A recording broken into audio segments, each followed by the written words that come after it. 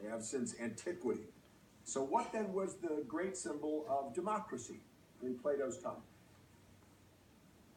Yes, Barry.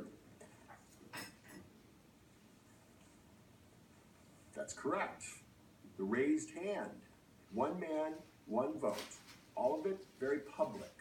But when you imagine those raised hands, class, you have to remember every one of them held a spear. That's what majority rule meant. So that begs the question, is governmental rule always supported by the threat of violence? Yes, Dad. It has to be. Otherwise, what authority would it have? But what about the will of the people?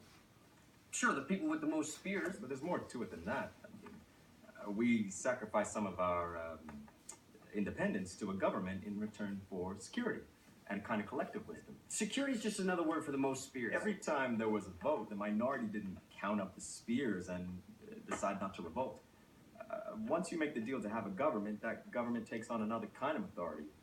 What, like a moral authority? Well, So Ronald Reagan has moral authority. Of course he does. He was elected in a landslide. Okay, if there's one thing Ronald Reagan definitely does not have, it's moral authority. Sure has a great head of hair, though. Sorry, just kidding. Continue. let me put it like this. If the states had voted on slavery, we would have lost the vote. So, yeah, at that point, moral authority kicks in to defend the minority against the will of the people. And that's when the spears come out. Yeah, I watched the news last night too, Barry. Jesse Jackson said that thing about slavery. Yeah, he did. And he's right. Seriously, the guy who hugged Yasser Arafat is right. One thing has nothing to do with the other. All right, guys. Reel it back in. Remember, Plato.